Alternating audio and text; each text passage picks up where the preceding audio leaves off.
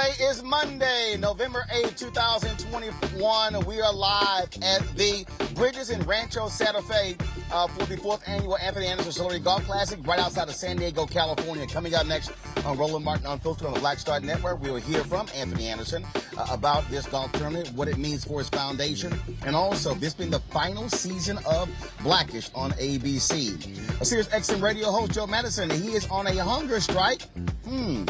Dick Gregory, his mentor. Wonder how he feels about that in heaven, because he's going to be on this hunger strike until the For the People Act and John Lewis Act are passed. Also on today's show, a Missouri prosecutor's investigation reveals a black man convicted of a triple homicide 43 years ago is innocent because he wasn't even at the scene. He is still behind bars. Also on today's show, day 2 of the trial of the 3 white men on trial for killing Ahmaud Arbery. We'll give the latest in that case as well. Also, we'll talk with the managing director for K-12 education policy for the Center for American Progress on how the right are weaponizing education against Democrats. And again, lots of interviews from folks here. Some great stuff we shot earlier as well, folks. It is always fun when we're here at the Anthony Anderson Celebrity Golf Classic, and we're here exclusively, only Roland Martin Unfiltered on the Black Star Network. It's time to bring the funk. Let's go. He's got it. Whatever the biz, he's on it. Whatever it is, he's got the scoop, the fact, the find. And when it breaks, he's right on time and it's rolling. Best believe he's knowing. Putting it down from sports to news to politics. With entertainment just for kicks, he's rolling. It's on go, roll, roll, y'all.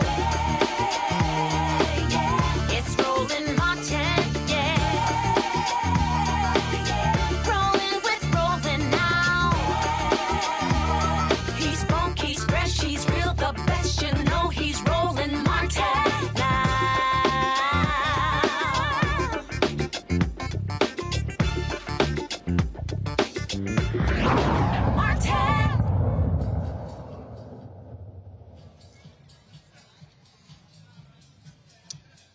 Folks, we're live at the Bridges in Rancho Santa Fe, California, just outside of San Diego. This is the 4th annual Anthony Anderson Celebrity Golf Classic. It literally just ended about 20 minutes ago. Now it's time for the award ceremony, for the after party as well. It's always a great time being here for Anthony Anderson and his golf tournament. So we're the only folks broadcasting live from him. So we certainly appreciate him allowing us to do this, and glad to be here. In a moment, we'll talk with Anthony about this tournament, who it benefits, but also the final season of Blackish. And so, folks, we've got some also great stuff that we shot for you, some amazing video of us always kidding around, joking around. So can't wait to show you that. But first up, voting rights is always a fundamental issue for African Americans. Democracy is at stake. Freedom is at stake. And Joe Madison, longtime radio talk show host in the Broadcasting Radio Hall of Fame, he has launched a hunger strike. Said he is going to be on that hunger strike until Congress passes the For the People Act and the John Lewis Act. He joins us live right now. Joe, glad to have you on the show. So, why'd you decide to do this? When did you decide to do it, and why now? Well, I decided, I'll be honest with you, I decided when Biden was at his town hall meeting and a young lady asked him about using the filibuster to at least get the John Lewis bill passed or to get the Freedom to Vote Act passed. And he said, well, he waffled and he had to, well, I got to get this infrastructure bill through. And then I started thinking about the first Reconstruction, the compromise, and I don't want to get too deep into the history, but you know it, Roland, 1877, the compromise, and once they compromised and Rutherford became president by one vote in Congress, the first thing they went after was the vote, was the franchise. It was the upstart of the Ku Klux Klan, terrorism. And for 60, 70, 80 plus years, the impact was devastating. So here we are, 21st century, and I'm going, whoa, wait a minute. None of this gets started. Biden wouldn't be in office if it wasn't for the black vote. This does not make sense. Why are we on the back burner? And I realized one of the problems was that there's no tension. Martin Luther King Jr. Roland used to talk about creative tension. You remember when the story when he, after the '64 Civil Rights Bill, he said we got to have a voting rights bill. '65, he said, well, make me do it. And that's exactly what I'm doing. Look, they have three options, and everybody keeps trying to suggest in the Senate, well, these options won't work. The first option would be to blow a hole in the filibuster. I mean, the filibuster has been used to suppress our vote and our civil rights from the very beginning. And it's not a law, it's a rule in the Senate. You blew a hole in it for the Supreme Court Justice, you blow a hole in it when it comes to the budget of the United States, or damn it, blow a hole in it for our right to vote. The second thing, the Congressional Black Caucus, Roland, even said asked Schumer to do what? Reconvene, and come back with a vote again. And then there is the Freedom to Vote Act, which, by the way, could help do what the John Lewis bill would do. Now you've got three options, and then all of a sudden we're hearing, well, you can't do that. And I'm telling Biden, I'm telling Congress, look, if you don't do this, then you're going to have a rough go of it in midterm, and you're certainly going to have a rough go of it when it comes to re-election. And then I got to be honest with you. You know, Dick Gregory and I were very close. And I started channeling Dick. And I said, what would Dick Gregory do? And, I talked to his son, Christian Gregory, and he said, you know what he would do, Joe. And he would go on a hunger strike, and he would draw attention. And that's exactly what it is. I would just say to you, Roland, 50 years from now, I don't want my grandchildren and great-grandchildren to have to deal with voter suppression. There are, 400 pending bills in 49 states to suppress our vote. 400 bills waiting right now in 49 states. So what we would end up with, it would be what we would call the end of the second Reconstruction. And so, people say, well, what's going to happen to you, your health? It's not about what's going to happen to me. It's what's going to happen to our grandchildren and great-grandchildren. And then I'm going to tell you, man, the one person, I don't even know how he can sleep at night and look himself in the mirror, is the congressman from South Carolina.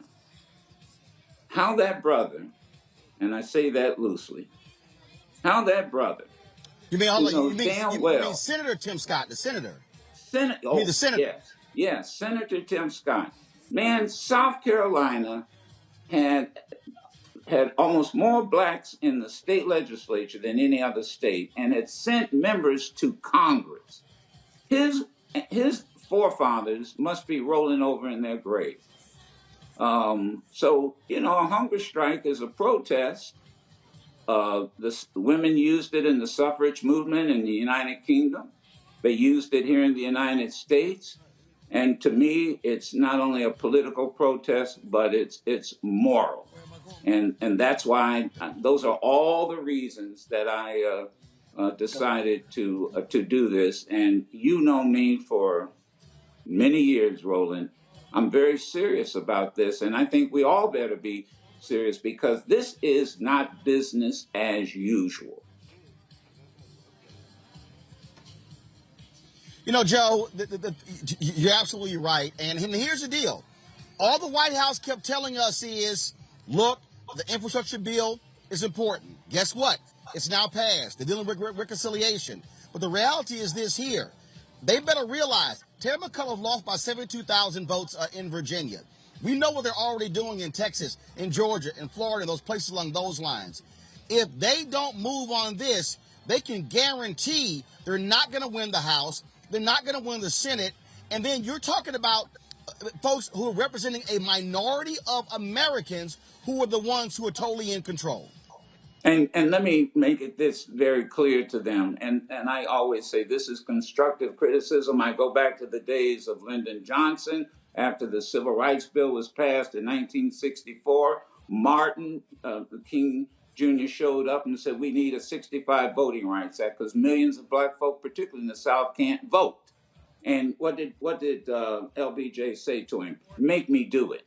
And that's exactly what we all have to do about. Now, everybody may not do a hunger strike, but damn it, we can do something. Everybody can do something, and we've got to have more than moments. Professor Ron Walters once was asked what was the difference between a moment and a movement, and it was sacrifice. A movement requires sacrifice, and that's what this is all about, and that's what Dick was about, and so I mean his spirit just kept talking to me, and I realized that there's got to be tension, there's got to be creative tension with Biden, President Biden, and with the Senate. So look, Congressional Black Caucus said, look, reconvene them. And try it again. They've had 5 votes, and they can't protect and stop the suppression of particularly African Americans. And then I said, well, you can blow up the filibuster. I mean, and then that would certainly give you, well, I'll lose this Democrat or I'll lose that Democrat. Well, if those Democrats want to go down in history as being on the side of Dixiecrats in the late 1800s, then that's how history is going to look at them. But I'm not going to sit back here and have my children, grandchildren, and great-grandchildren, look at me and say, "Well, what did you do about it?" I'm worried. I'm concerned. But I tell you, and I'm going to say this to the Democrats, that they better understand, they can't win a national office without us. They can't win without us. That is a fact. They cannot win without us. So you damn well better do what John Lewis said. And I was thinking about the last words of John Lewis. He said, I urge all of you to answer the highest callings of your heart and stand up for what you truly believe. And that's what I'm doing. Joe Madison, Sirius XM radio host, Morning Drive. Man, I certainly appreciate it. Thank you so very much. And good luck with the hunger strike. And we're going to keep the pressure going on our end as well. I know you will, Roland. And I just love you and appreciate your support all these years. And, man, thank you for doing. And, they ought to show up on your show and talk and explain themselves. They need to show up on all our shows. I mean, really, show up on all our shows. And you can show up on CNN. That's right. and all these other. Show up on our shows and explain yourself. That's what has to be done. Well, so I love you, Roland. It's been more than a year. I've been trying to get Speaker Nancy Pelosi on, absolutely. And so we're going to hit the White House every single day, getting them to understand they got to answer to this, and we're not going to be silent until they do. Get rid of that filibuster. All right, sir. Go ahead and take the vote. Take the vote. Yes, sir. Thank you, man. Yes, sir. All right. Love you, Joe. Take care. Tell the wife I said hello. Folks, let's go to our panel. Joining us right now is Makongo Dibinga, professorial lecturer, who joins us right now. Also, we have, of course, Dr. Julian Malveaux, who joins us as well. And we have Pastor Lee May, Transforming Faith Church, former CEO, as well. So glad to have all 3 of you here. Julian, I want to start with you. It's pressure. That's the only thing they're going to know. And this is where folks got to be in Biden's face, in Harris's face, every single day. They are going, again, we have not had one time where President Joe Biden has called Democratic senators who do not want to end the filibuster to the White House to appeal to them directly. Hasn't happened. President Biden has wussed on his promises to Black America. He said he had our back. Our back requires our vote. He has not put himself out there for the vote. And so, yes, he has to be pressured. The Congressional Black Caucus actually stepped in to make it possible for this infrastructure bill to pass. So how come they can't step up now to make sure we get our vote? When you look around the country, what you're seeing is many ways that the Black vote is being suppressed, is being taken. And I love Joe Madison. I appreciate him so much. The hunger strike, I pray that he does not have to go hungry too long. But I know that the president has dropped the ball, and the vice president, and we all love her. We love our sister. But come on, sister, step the you-know-what up. It really is, Roland, as you know, it's galling that we were the margin of victory for the president, and he has not been the margin of power for us.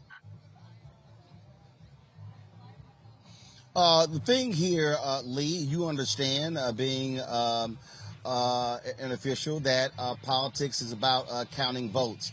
And the reality is the only way these bills get passed if Democrats actually end the filibuster. That is the only way.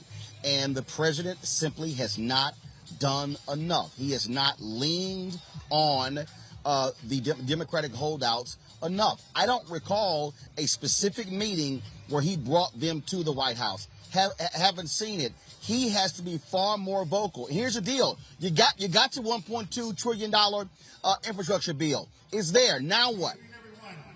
Absolutely, man. You know, the president, love him to life, right? I'm a pastor, gotta love everybody, but his words have been much bigger than his actions. You know, we used to say when I was a kid, he was talking about it, but he's not being about it. He's not really doing what he's saying is really important. And the reality is, you know, look, I'm here in Georgia.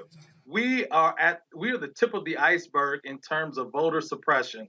And why did that happen? Because back in January and back in November, we changed the landscape of this nation because our people, we came out to vote in record numbers. We came out to vote to determine what the United States Senate looks like. We elected a Black man and a Jewish man to the United States Senate. And before that, in November, we elected President Joe Biden and Vice President Kamala Harris, and we've done what we're supposed to do. But now our state legislature, like so many other legislatures around this country, came back with these suppressive laws to prevent people from voting. So we need federal resolve. We need the Freedom to Vote Act and the John Lewis Voting Rights Advancement Act to pass, and we can't let a rule that is established in racism and historical suppression of Black people, we can't let this rule stop us. And let me say this one last thing.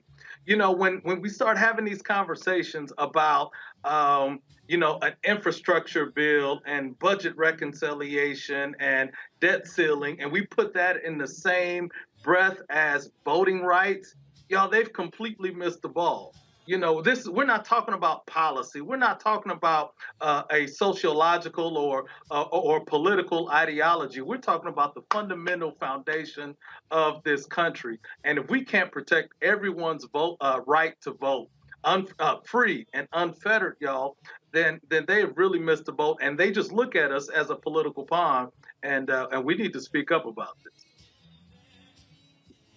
Congo.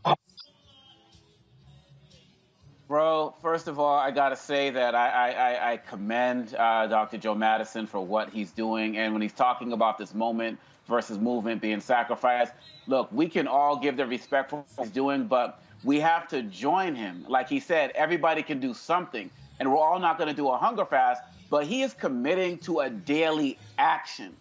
And so all of us need to recommit right now. Maybe we're saying, I'm going to be the guy that tweets out every day. I'm going to be the person that calls the senators and the Congress people every day. I'm going to be the one to put these the pressure on these corporations who tweeted out things like Black Lives Matter and we support voting rights, and then turned their backs and wrote big checks the week after, the month after, to these Republicans. Maybe we're going to be the ones to use journalistic skills we got to call that stuff out. We have to do this. Roland, people don't understand history like you and Dr. Madison and Dr. Malveaux and Pastor Tom here. They don't understand, right? They don't understand that this is happening again. And so too many of us are walking around like, oh, everything is going to be okay because we think the rights that we have are going to be permanent. But if we don't fight for it, we're going to lose it. And so President Biden, Vice President Harris, you got to know that we are going to be coming harder than we've already been coming, because you haven't been listening. And so now we're going to take it to the next level. Dr. Madison's leading us. And that other point about coming on these shows, your show, his show, to speak, this is key, man. The messaging is terrible. With Trump and everybody, Hannity and Trump, they're like this. He can just call them up every single day. Yeah. Where's the network where you can come and talk about what you're doing? If you're not going to talk about it with us, then you're not doing it. So we're going to make you get out there and make sure that you do it, because without this, there's nothing. Mm. Absolutely. All right, folks, hold tight 1 second. I got to go to a break. We come back. We're also going to talk about the $1.2 trillion infrastructure bill. A lot of stuff that's in it. Folks don't know what's in it. We're going to discuss that. And also we're going to talk about what do Democrats need to do to actually get that messaging down to the public, especially with President Joe Biden's approval numbers going much lower. Plus, we'll be talking to Anthony Anderson here at the 4th Annual Anthony Anderson Celebrity Golf Classic here in San Diego. You're watching Roland Martin Unfiltered on the Black Star Network. Back in a moment.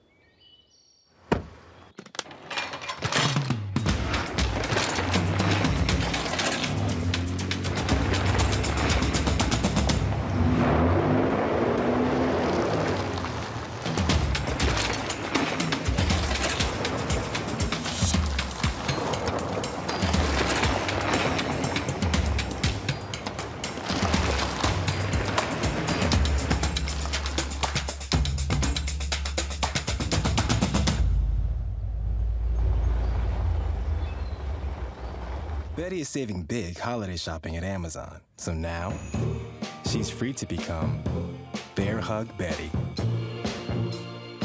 Settle in, kids. You'll be there a while. Ooh, where you going?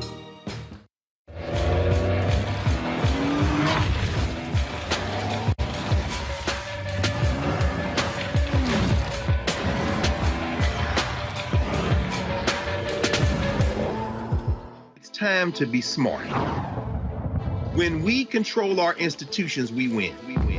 This is the most important news show on television of any racial background. Y'all put $2, $3, $4, $5, $10, $15, $20, $30 on this and keep this going. What you've done, Roland, since this crisis came out in full bloom. Anybody watching this, tell your friends. Go back and look at the last 2 weeks, especially of Roland Martin Unfiltered. I mean, hell, go back and look at the last 2 days. You've had sitting United States senators today, Klobuchar and Harris. Whatever you have that you can bring to Roland Martin Unfiltered to support it, please do, because this information may literally save your life. Watch Roland Martin Unfiltered daily at 6 p.m. Eastern on YouTube, Facebook, or Periscope, or go to RolandMartinUnfiltered.com. Support the Roland Martin Unfiltered Daily Digital Show by going to RolandMartinUnfiltered.com. Our goal is to get 20,000 of our fans contributing $50 each for the whole year. You can make this possible. RolandMartinUnfiltered.com.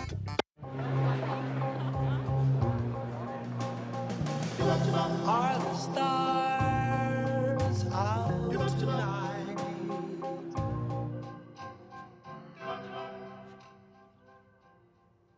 Alexa, play our favorite song again. Okay.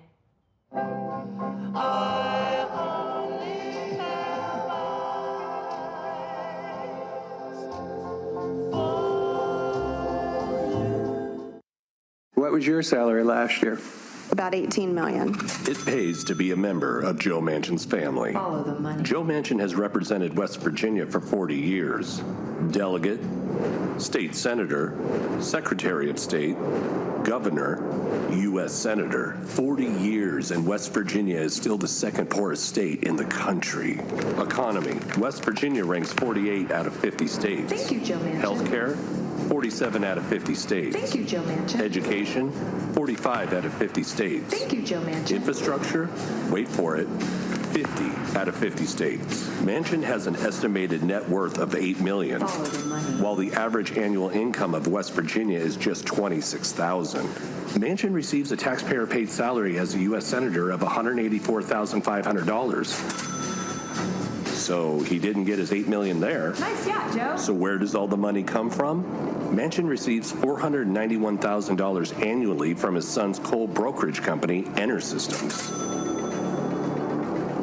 His wife, Gail Manchin, received $613,000 from EnerSystems. That's $1.1 million to Manchin and his wife from his family's energy company. Manchin makes 5 times more from his family's energy company than he does as a U.S. Senator. Joe Manchin has blocked President Biden's infrastructure plan from moving forward because he wants to kill legislation to replace coal-fired plants with clean energy. Manchin is selling out his own country to protect big coal and big oil who own him. Joe Manchin, I talk to his office every week. He is the kingmaker, and he's not shy about sort of staking his claim early. The chairman of the committee that regulates coal shouldn't be a part owner of a coal company. This is Heather Manchin, Joe Manchin's daughter. After lying about having an MBA, she was named CEO of Mylan Industries. She artificially jacked up the price of EpiPens by 461% and was awarded with a 671% salary increase. West Virginia is poor, poorly educated, and broken, but Joe Manchin and his entire family have become multimillionaires. West Virginia, abused and suckered for 40 years by Joe Manchin. Time to be smart. Roland Martin's doing this every day. Oh, no punches! Thank you, Roland Martin, for always giving voice to the issues. Look for Roland Martin in the whirlwind, to quote Marcus Garvey again. The video looks phenomenal, so I'm really excited to see it on my big screen. Support this man, Black Media. He makes sure that our stories are told. See, there's a difference between Black Star Network and Black-owned media and something like CNN. I got to defer to the brilliance of Dr. Carr and to the brilliance of the Black Star Network. I am rolling with Roland all the way. Honored to be on a show that you own. A black man owns the show. Folks, Black Star Network is here. I'm real revolutionary right now. Roland was amazing on there. Stay black. I love y'all. I can't commend you enough about this platform that you've created for us to be able to share who we are, what we're doing in the world, and the impact that we're having. Let's be smart. Bring your eyeballs home. You can't be Black-owned media and be scared. You dig?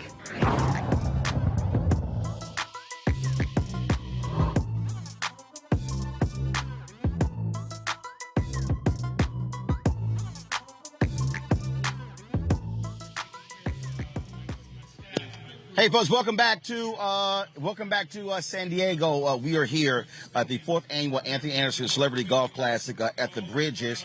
Anthony is speaking right now. We should be able to get a shot of the stage if we can. You can actually hear him in the back, and so he's there addressing the folks upstairs. And let's see if we can go to the stage. So let's get started here. I'd like to shout out somebody last night. I gave him thanks for being a sponsor. He wasn't here last night, but he's here. Otto, are you here? Ladies, give Otto Malley a round of applause for being one of my sponsors here tonight. We just met not too long ago, and everything that I've ever been a part of, he's come on board and treated me like more than a friend. He's treated me like family. So Otto, thank you very much for your contribution to my foundation, but thank you for being a friend in my life and your contribution to my life, Otto. So thank you from the bottom of my heart, brother. I love you. Yes, I said Otto. And if you guys have been into LA and saw the Rams play in SoFi Stadium, that's all because of Otto Malley and his friend and his partner, Stan Kroenke. So give it up for them. Oh, Otto, and hey, Otto, that yacht, your yacht that you gave last night in the auction, sold for top dollar, baby. Thank you. And we told them that you said that they could use all 4 bedrooms on the yacht. That's how we sold it. Oh, and we sold it because we also told them that you were given a case of your personal wine, Screaming Eagle. So they didn't give a damn about the yacht. They just wanted the 4 bedrooms and the wine. So Otto, thank you for that. Are we going straight into the winners of the tournament, or are we going to best dress, worst dress? What are we going to do? Okay, this is what we're going to do. We're going to flip this. We're going to give you the list of the winners of our tournament later. But we are going to start with the best dress.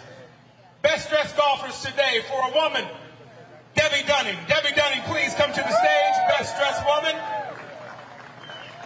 Best dressed man, my man, Troy Muyong. Come on up to the stage, Troy. Come on up here, Trouble T. Roy, you and Debbie Dunning, and get your gifts for best dress. I don't know how they put me on the worst dress list when I have Gucci flip-flops that match my golf outfit. All right, come to the stage, guys. Come up to the stairs right here. I guess we have something. It's a little slippery. Whoever's going to walk up here, please be careful walking on the dance floor. It's slippery. Debbie, congratulations. Thank you. There you go. All right. Oh, come on, let's take this picture.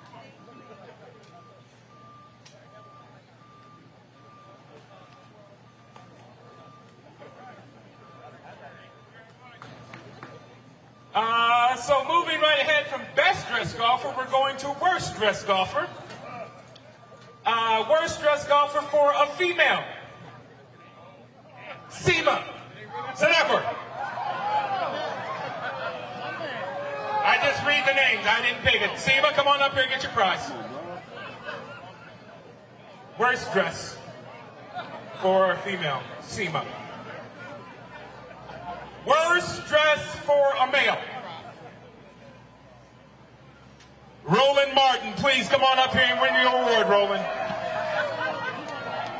10 years in a row? Wow. Roland Martin, please come up and receive your award for worst dressed golfer. Seema, you won worst dressed, Seema. Please come up here next to Roland and stand and win your booby prize. Be careful walking on it. Well, you look like an orderly out of a Fat Boys movie, Roland. Disorderlies. Come around here to the stairs.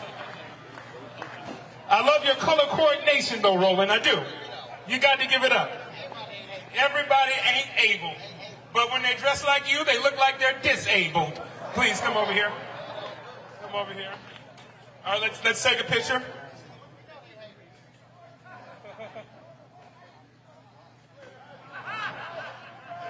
The ice cream man is coming! Ladies and gentlemen, give it up for our worst dressed golfers, Seema and Roland. Seema and Roland.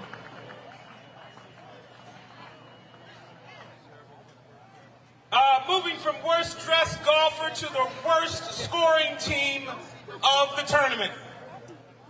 That team is the team of Jim Wilkes, George Lopez, Steve Monroe, Jerome Phillips, and Willie Jerome.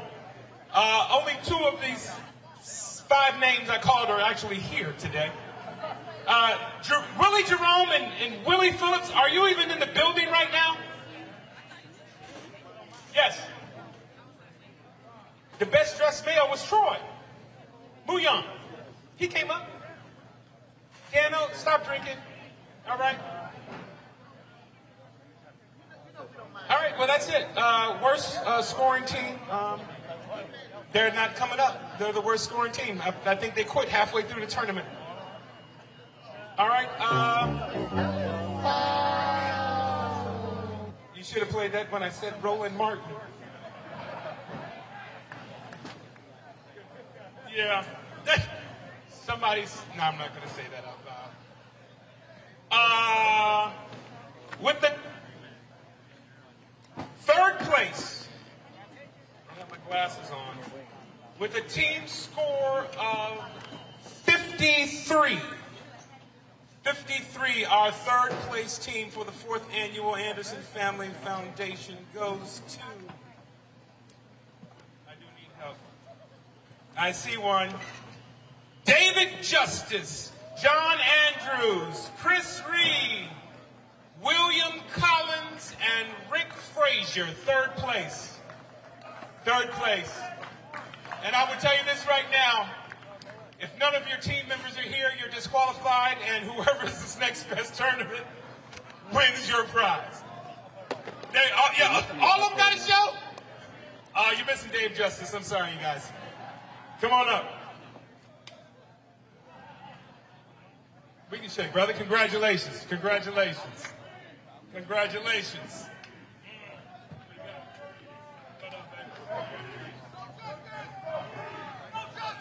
You gave him the card. No justice!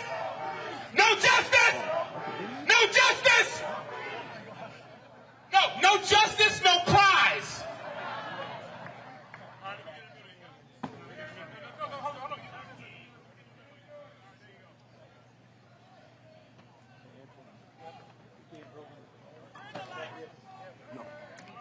Congratulations, guys. Congratulations.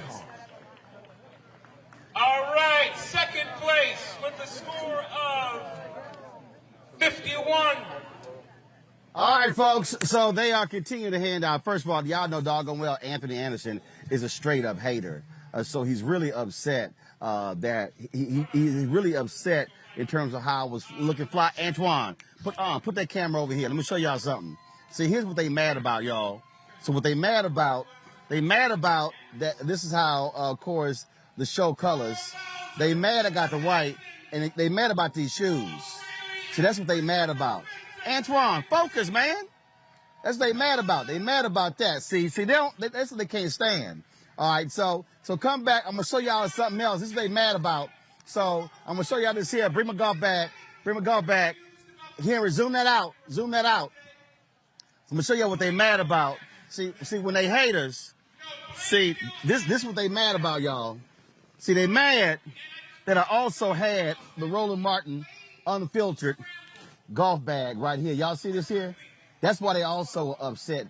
Then they mad because Anthony mad because he don't have this here. He ain't got his name on it or his picture on it. You see this here? See, he mad. This is why he upset. He mad because it don't look like this here. That's why they hating. But it's all good. That's how we do it. So it's all right. See, Lee, Omakongo, Julian, they can't handle that level of coordination. See, they don't like that level of branding. See, I ain't wearing nothing that say Anthony Anderson on it. But I'm going to wear something. It's going to say Roland Martin Unfiltered, damn it. We going to have our own brand going on.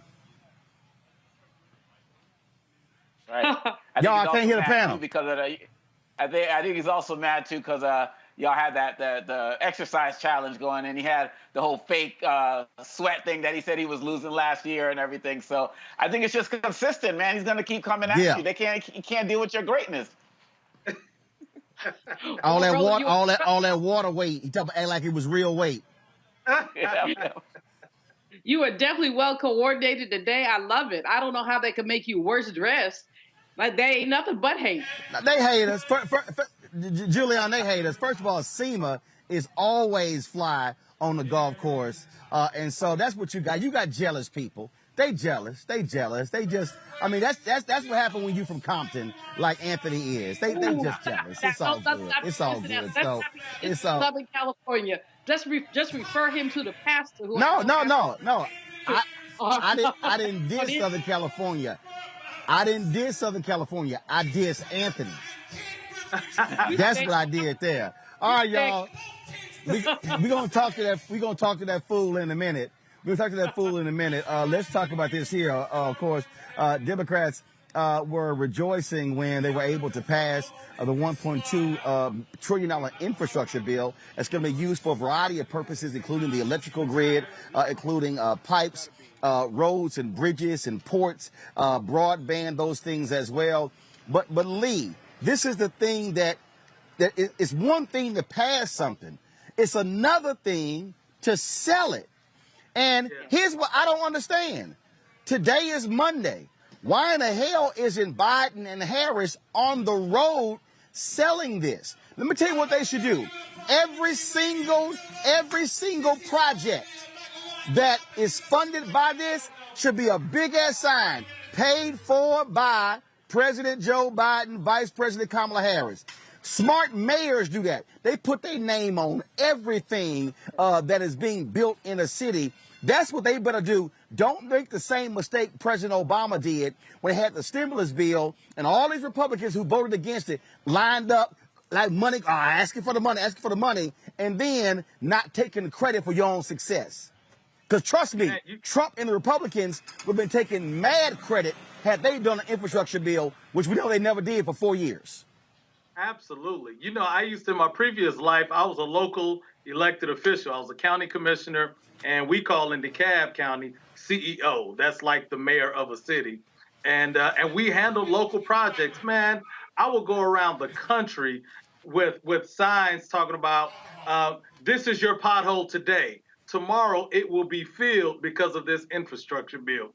Everybody understands potholes. Everybody understands roads that need to be repaved. They understand the need to get off the street to be able to get on public transit. And everybody understands bridges that you go over that are dilapidated. Man, our nation, unfortunately, for literally 2 generations has underfunded our infrastructure needs, and they just did something big, and ain't nobody talking about it.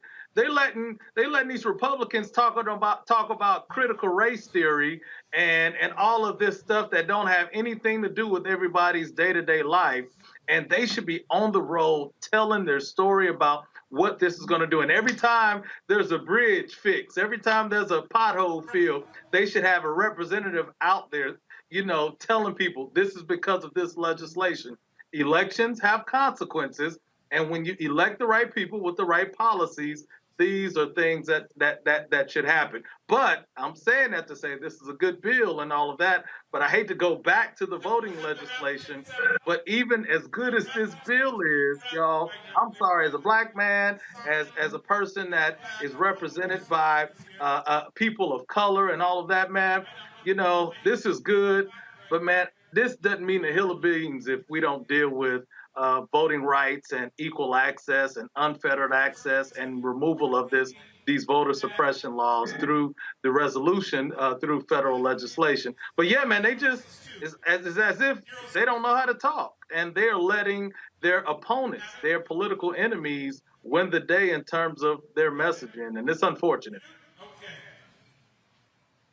I'm going to bring in Clea Harris. She's the managing director for K-12 education policy for the Center for American Progress into this conversation as well, because we've seen the same thing. All of these people who voted in Virginia for, who didn't vote for Terry McAuliffe, who voted for Glenn Youngkin, talking about how education is their priority. And again, in the bills that have been passed, Republicans voted against education funding.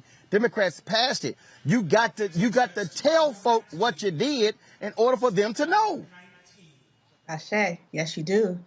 It is beyond me why, as you said, there aren't signs going up, fireworks, everything to let folk know that this infrastructure bill passed. One thing that wasn't in the infrastructure bill is money for repairing our dilapidated school buildings. And so when we talk about disinvestment over decades, there's been a lot of it. And instead of, what I will say about Virginia is that McAuliffe lost the race, not that Youngkin won it. people understand what was happening in terms of the fear mongering around CRT. Most people don't know what that is. And instead, we lose our leverage when we don't say, this is what we're about. These are the education policies we want to pass. Youngkin, tell us what you're going to do. Are you going to refuse money from the federal government that comes for free preschool for 3 and 4 year olds, right? Call him to the mat and ask him how he's going to implement actual education policy, because CRT itself is not a policy. Discussing racism is not in and of itself a policy. What are the policies that you're actually going to pass that ensure that every child of Virginia has access to a quality education? And as we move into the 2022 election cycle, if we don't seize the high ground and if we don't stop taking the bait, if someone asks, are you teaching CRT? Don't get into this back and forth on whether or not that's happening in K-12, because there are aspects of it that do show up in K-12. That's the wrong conversation. We need to be talking about what we will do for children, what our opponents will not do, like make sure that their school buildings aren't making them sick, don't have lead pipes, aren't falling down around them, have proper heating and cooling, have access to broadband. And those are the things that we have not been seizing the education discussion on. And, you know, it's on the minds of all people. It's on the mind of parents, certainly, of our students, of our educators who have really been having a tough year trying to come back and navigate this COVID space. So I don't understand why we aren't being more aggressive and more proactive, but we ought to, and we need to really quickly. You know, the thing here, Omakongo, when we start breaking these things down about whether we're talking about the yelling and screaming of Republicans about critical race theory, again, it's not about education. Smart politicians know how to sell it. You use the bully pulpit to actually do it. If you're the White House, this is what you do. You decide to have education town halls. That's what you do. You have infrastructure town halls. You hit cities. You go to the red states where they broke as hell and say, this is what you do. You pinpoint every single district where the Republicans who voted against the bill and then say, I bet you they're going to be asking for money. See, you got to be as ruthless in calling them out as you are in, well, the people have figured out. That was Obama's problem. His whole deal was, well, people have figured out. No, they're not. You have to tell them what you did. That's right. That's right. And absolutely. One of the things that really bothered me, particularly in Virginia, was that when you saw that ad going against Toni Morrison and Beloved, I'm like, where are the other teachers? Where are the other parents that McAuliffe is going to pull together to talk about how this education curriculum in terms of studying diversity and history is important for our kids? Like, they were so busy talking about Trump and they were so busy talking about so much stuff pie in the sky that they weren't pulling people together on the local level to actually talk about what's going right with education. And one of the things I'm concerned about is that these Democrats don't really have a strong grasp of the education system within itself. Why can't they talk about the importance of studying the civil rights movement, studying slavery, studying the Trail of Tears? Like, it's like they don't have a strong enough grasp on it. You saw when Yamiche Alcindor asked President Biden about critical race theory, and he completely diverted to talking about his infrastructure plan. And so I think that these Democrats, they need to do a little bit of studying themselves, because if not, all they're going to find themselves doing is being responding to what Republicans are saying. And as they say, when you start using the language that the other party is using, that other party is winning. And so Democrats have to seize this platform. They have to get on, like I said in the last segment, they have to get on shows like yours. Some of these guys, Harris and Biden and some of these other guys who won, we haven't seen them since they were campaigning on our shows. And some of them didn't even come here then. And so if they want to really get this messaging right, they got to learn some history themselves. They got to formulate their own language, and they got to get out there and, like you said, shout it from the mountaintops. Julian, again, what we're talking about here is when you understand both parties. Republicans believe in bumper stickers, and they pound the message over and over and over again. You got to cut them off at the pass. And so it's also how you deploy your assets, who you're sending out there. That's what you do. You know, the White House offered a lot of people up talking about the Build Back Better plan, But now that it's passed, now selling it is a completely different messaging strategy than trying to get the bill passed. Roland, first of all, Obakongo is absolutely right to talk about the ways that critical race theory has been manipulated into a slogan. It's a bumper sticker. It's not a treatise. It's not a dissertation. And the White House has been horribly inept in beating its own drum. This is why Biden's numbers are in the toilet, because basically what he's been doing the work, but he's not been bragging about it. He's been walking on this little tightrope. He doesn't want to tick, white folk off, but he should worry about them. He should worry about his base. He told us he had our back. Having our back does not mean kicking Toni Morrison's book under the bus. That's what it does not mean. This whole critical race theory conversation, sister who you had on from Center for American Progress, is absolutely, let's talk about the dilapidated schools.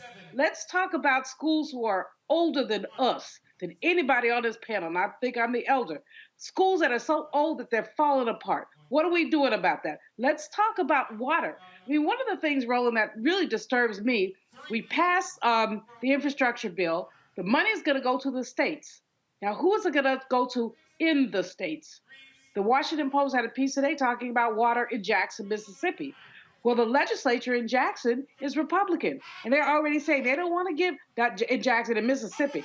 They're already saying they don't want to give any money to Jackson. So if Black folks don't see their front yards, which now reek of feces, if they don't see that cleaned up, in 2022, they're going to say, guess what, Biden? Guess what, Democrats? Get your hat. This is the problem. The Democrats don't tell their own story. The pastor is right. When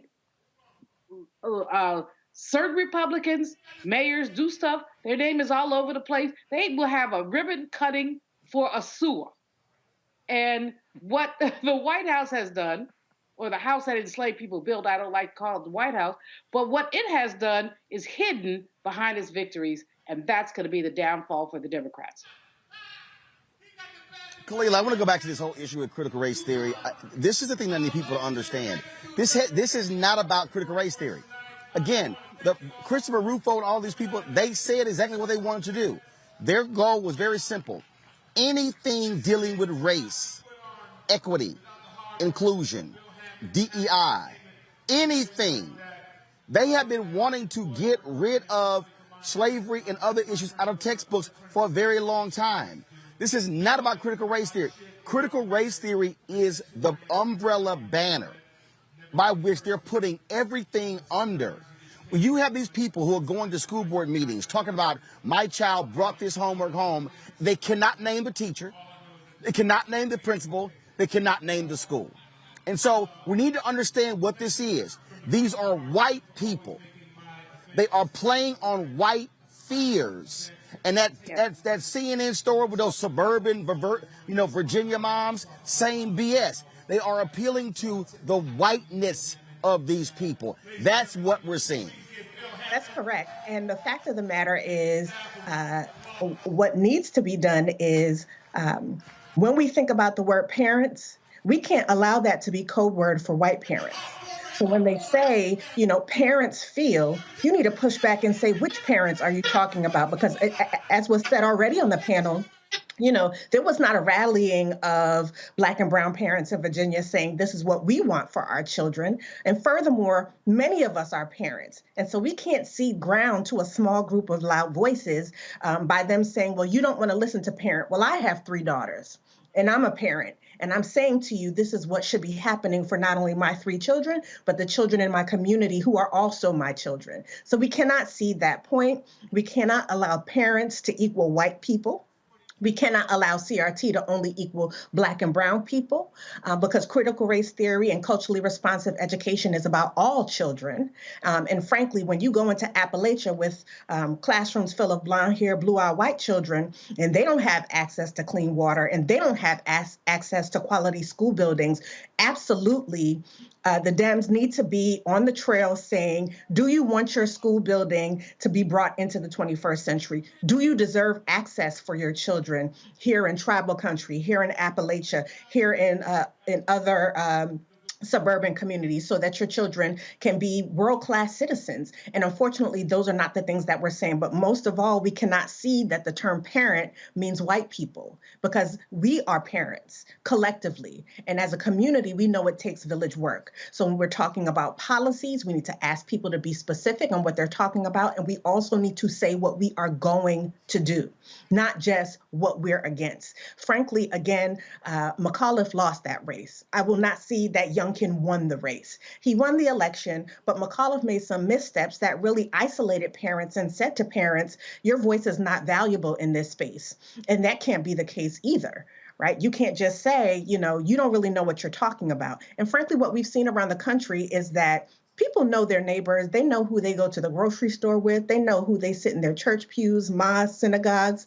And they did not overwhelmingly, despite the money poured into school board elections, vote for people who are anti-CRT, vote for those loud voices willing to be disrespectful to teachers, disrespectful to school leaders, and to existing school board members. They did not vote them in on a wave because people know their neighbors. And so I agree, we need to push in more locally. But there does need to be a national campaign to sell what exactly are the Democrats about? What does education policy mean for you and your child? And what are we going to do to make sure that happens? And we need to weave and sew the needle around what that explicitly means for people of color. And if you're in Appalachia, you talk to those families. If you're in tribal country, you talk to Native Americans. If you're in Brooklyn, New York, or Baltimore, Maryland, you talk to Black families. If you're in El Paso, Texas, you talk to Latino families. You don't just make blanket statements and not explain to people how your policies are going to improve their lives immediately. And that must happen. Schools don't exist in isolation. Schools exist in an ecosystem. So when you have this infrastructure money coming in, you talk about transportation, you talk about affordable housing, you talk about access to new jobs and how that's going to make sure that their quality of life is one that they can believe in and that they can practice self-determination. If that doesn't happen, we can expect not only a 2022 wave, but we should be iffy about 2024. Yes. All right, Ms. Harris, we appreciate it. Thanks a lot. My pleasure. All right, folks, I'm going to go to a break. And going to break, we had a little fun with Mike Phillips. Mike Phillips just got back from Los Cabos where he had a jazz event and a golf tournament. Well, let's just say Mike didn't invite all the brothers to it.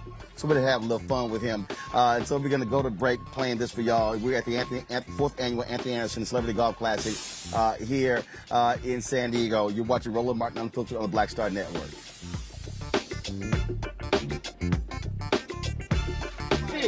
All I'm saying is, fuck Mike Phillips, fuck Keenan Jacob Lee. Oh, shit! Whoa! Because he ain't invited us. That's all I'm saying. You got to invite. Right. I can still listen. Ain't that yo. So, I'm just saying. So, CC, just give me shit. Like, yo, how can we invite Yeah. How can we invite me? Right. Hey, Flex, did you get invited to the Mike Phillips Los Cabos golf tournament? We had a little conversation. So you got an invite. So you didn't get an invite either. And I know him longer than everybody here. Now hold up. But when he tried to sell tickets to a show, can you tweet this? Can you post it? Can you send it out? Ain't that some bullshit, dog? Because that's worth money. Right. That's worth money. And hold up, do we charge him to put our followers? Not at all, because of our kind hearts. Our kind hearts. But that bitch ass didn't invite us.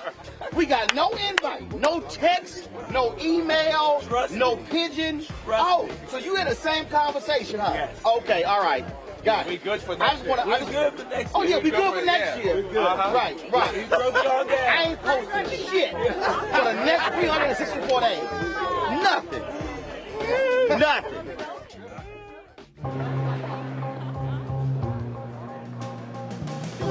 Are the stars out tonight?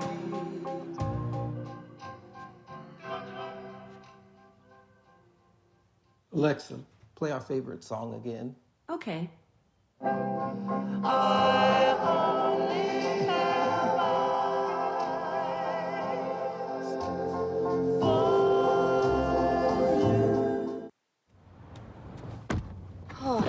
spin class was brutal. Well, you can try using the Buick's massaging seat. Ooh, yeah, that's nice. Can I use Apple CarPlay to put some music on? Sure, it's wireless. It's something we all like. Okay, hold on. What's your Buick's Wi-Fi password? Buick Envision 2021. Oh, you should pick something stronger. That's really predictable. That's a really tight spot. Don't worry, I used to hate parallel parking. Me too. Hey. Really outdid yourself. Yes, we did. The all-new Buick Envision, an SUV built around you, all of you. Once upon a time, there lived a princess with really long hair who was waiting for a prince to come save her. But really, who has time for that? Let's go. Feeling myself. I'm feeling She ordered herself a ladder with Prime one-day delivery, and she was out of there. I want some hood girls looking back at it and a good girl in my tax bracket. Now, her hairdressing empire is killing it. And the prince, well, who cares? Prime changes everything.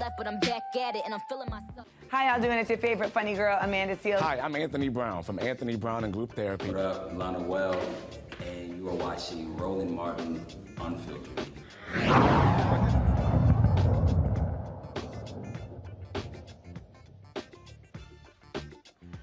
Hey, folks, welcome back to the 4th annual Anthony Anderson Celebrity Golf Classic. Glad to be here. It is just ending. Folks are moving on out, and so there have been lots of folks who have been here. A number of top athletes, other celebrities, Seth the Entertainer, Dr. J, Marcus Allen, Willie Gault, Vince Coleman, Otis Anderson, Jerome Bettis, Sterling Sharp. I mean, the list goes on and on and on. And one of the folks here who is a true lover of golf and is all about getting black folks into the game is my next guest, Wendell Haskins. Wendell has worked in the game for quite so long, has the original Tee Golf Classic every single year. We have not had it because of COVID. The last couple of years, I played in it any number of times. He has some of the top up-and-coming young black golfers who have been in this. What's up, man? What's up, bro? I'm all good. Good to see you, brother. Always good to be in your company. Glad to have you here. This is, look, there's a bunch of brothers who have these type of golf tournaments. That's right. And it's sort of like our own mini circuit. It is. Where we see each other at all of these golf tournaments.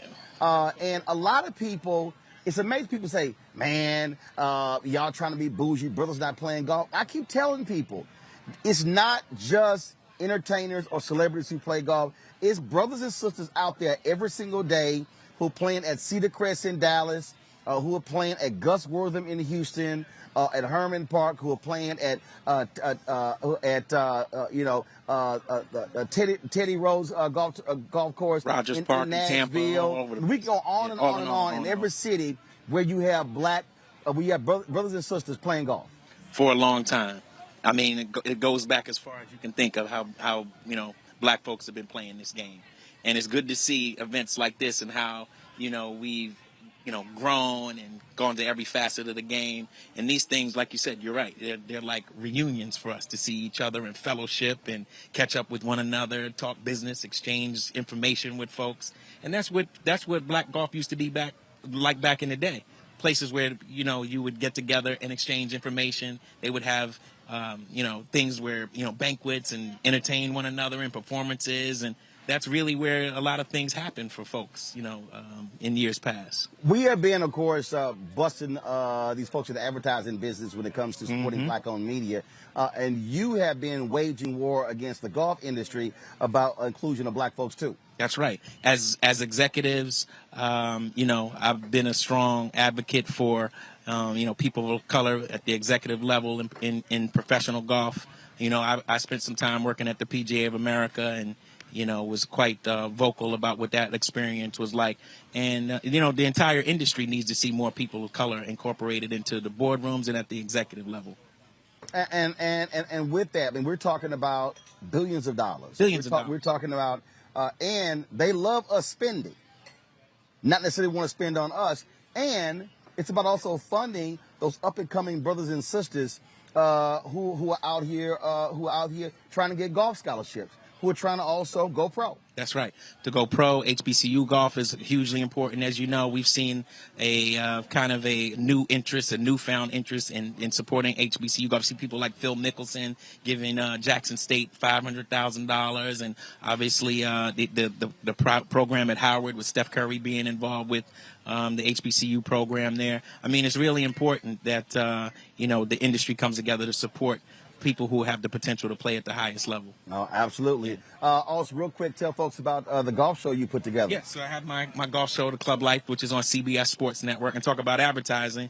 We've talked about that as well because this is obviously a black-owned business, so to speak, on a major network. Yep. And once again, it's time for the industry to be able to step up and put some sponsorship and advertising dollars behind this and make the spin with Club Life on CBS Sports Network. So I'm, working on that very diligently every day. It's always an experience, yep. Going after sponsors and advertisers. And I always say, if the industry wants to see things like this be successful, here we are on a major network, brother, doing a show at a high level and bringing all of these folks on my show and potential tour players on the show. Yep. So it's time to support something like this. All right. Wendell, always good to see you, always, man. Keep handling your business. Oh, All right. If folks want to reach out to where they go? You can go to www.originalt.com. Okay. Yeah. Thanks a bunch. Yep. All right, folks. Got to go to the break. We come back. More Roland Martin Unfiltered. You know what, hold on, before I do this here, let me go ahead and set it up, y'all. Let me pull up my iPad. I just want y'all to see how gorgeous this course is. And so we're gonna go to break. I want y'all to see this drone shot here. As we go to break, again, we are here y'all go to the shot right now and take it. We are here in near San Diego, folks. The 4th annual Anthony Anderson Celebrity Golf Classic. We have been having a fabulous time. Y'all, this course is amazing. This course is absolutely amazing. And so we had a great time. This is, of course, is called the Bridges course. Like I say, it is fabulous. And I just wanted y'all to see that. As the sun was setting out here, we had to give y'all that amazing drone shot right there. Yes, Anthony Anderson, that's the work of yours truly, Mr. Clean. You're watching Roland Martin Unfiltered right here on the Black Star Network. Coming up next, Anthony. Wish he was an Alpha Anderson.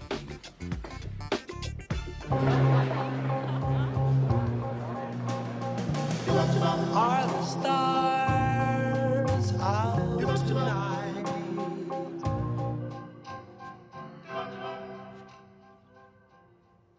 Alexa, play our favorite song again.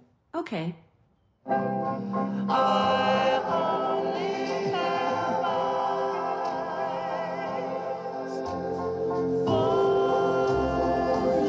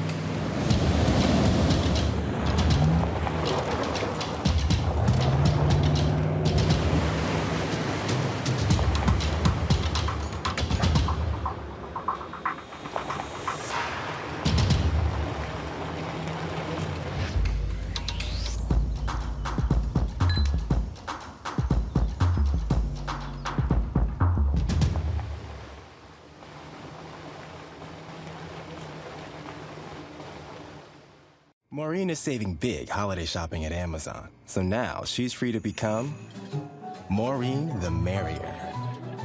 Food is her love language, and she really loves her grandson. Like, really loves. Hey, I'm Deion Cole from Blackish. Hey everybody, this is your man Fred Hammond, and you're watching Roland Martin, my man, Unfiltered.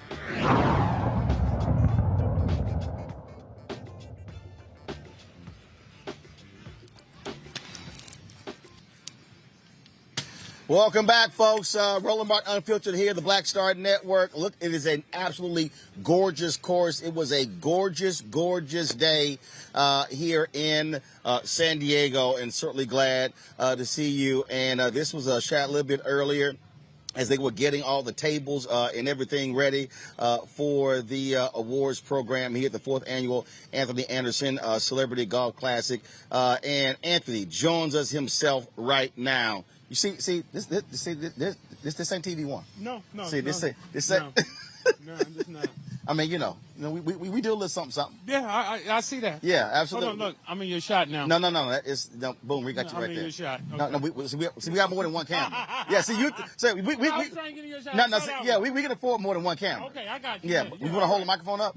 Yes, sir. Yeah, because it's the bi-directional microphone. Okay. Now they can hear you. Okay, you can hear me now. Yeah, they can hear you now. Cool. All right. They can hear you now. All right. So what's going on? The folks who were on the chat, they were sitting there saying, "Oh, ain't no way in the hell me and Seema got worse dressed." But we understand haters. We understand. I don't know who's hating on you. Right. I don't understand. I don't know. All I did was read the names on the list. Handed you. Yeah. I didn't vote. Right. I don't know who voted. You know who voted? I don't know who First voted. Of all, like in the last we don't even know if anyone actually voted. Exactly. Right. So I'm gonna contest this election like Trump. You should, but you won. Huh? You won. Well, you can contest the results. Right. But you won. Well, actually, I didn't win. It was just granted. Okay, according to the people. Right, but you don't know if there was actually people who voted. I understand. Could have been bots. It could have just been like, what? Or just could have been Bill. Yeah, could have been Bill. Right, could have been somebody on the staff. Yeah, could have been. That's all it is. Could have been. All right, so this is the fourth year. So who does this actually benefit? Several organizations, man. I grew up in Compton, California, so we have the Compton Equestrian Center. There's also an aviation school in Compton. Also little grassroots organizations where $5,000, $10,000, $15,000 means the world to them. So these little grassroots organizations in the community in which I come from, and then bigger places like the Children's Hospital of Los Angeles, the LA Mission, the Boys and Girls Club of America. So that's who this foundation, or that's who benefits from my foundation. Gotcha. And of course, you have the Anthony Anderson Family Foundation. Mm-hmm. So what does the family do? What does my family do? Yeah, you put them to work. You make them. You know.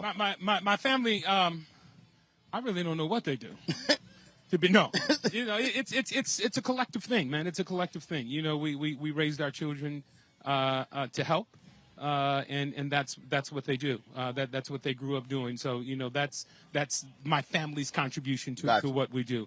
And in particular, we would go to armories and pack boxes for the soldiers overseas in Afghanistan and whatnot. Send gift packages to them.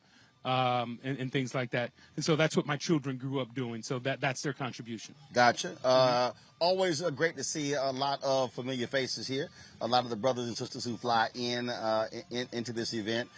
You have it sort of all over. You've had that Bighorn before, and then decided to have it here. And so talk about that. Bring a little flavor, a little color, a little soul. Let them know we're here. Yeah. Let them know we inside and outside. Wait, you tell me this. You've played both places now. Not that there's a competition or whatnot. How did you enjoy playing here at the Bridges this year? I think this is a more difficult course. A lot more undulation. Yeah, definitely. And you got to place your ball. And also it was a bit warmer. Because, see, last time we played, Henry, who works with me, damn near fell the hell out because of the heat. And then again, it was in May. It was in May. Yeah, we have it in May. Hot time to have it in But it didn't bother. Look, I'm from Houston, so I was like, it was close to like 105, and I was like, what 105? Right. It wasn't no big deal to me. Right. That's how I can handle the heat. No, I'd like to tip my hat to the staff here at the Bridges for, taking care of us. It was A1 across the board. I enjoyed it. Great course. This is my first time playing the course here. Oh, really? So every shot was a blind shot for me. But I love the course here. Phil Mickelson, who I've become friendly with over the years, is a member here and lives in the community, told me that I was going to love the course, and I did. And I did. So I'm looking forward to coming back here if they have us. Hopefully, you didn't mess it up with your worst dressed outfit. Don't be at the hope, but you didn't mess it up with your loud music, with your 4 speakers on your golf cart. Well, that's what I do. Yeah. That's what I do. Why do you look like a caddy from the Masters? I don't. Yes, you do. I just show. First of all, the show colors are my high school colors. Okay. My Magna School of Communications. Okay. And we have our shirts in red, gold, black, and white. And so I chose to come out here looking clean. You know, everybody Why not you there. shimmy in your shoulders while you talk to me? Because that's how you do it. See, when you got swagger, that's how you do it. When you got swagger, that's how you do it. Plus, you got to have the pants that pop. Okay, pants that pop. Right. See, look, the cuff has to hit the door frame before you do. Really? It's swagger. Okay. It's swagger.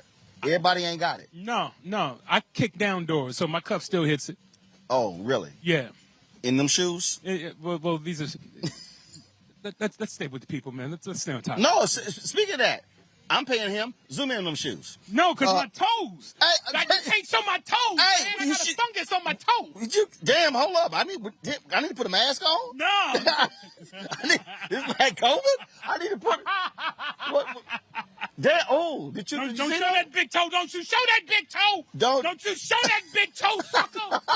Don't you show that big toe. Hit him from that angle. You can hit me with that angle. He can't have all the angles. Don't show the Damn.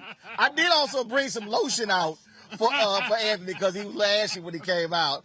This is last year Blackish. Yes, it is. It's been a hell of a run. A nice 8-year run, man. And look, people need to understand that's rare.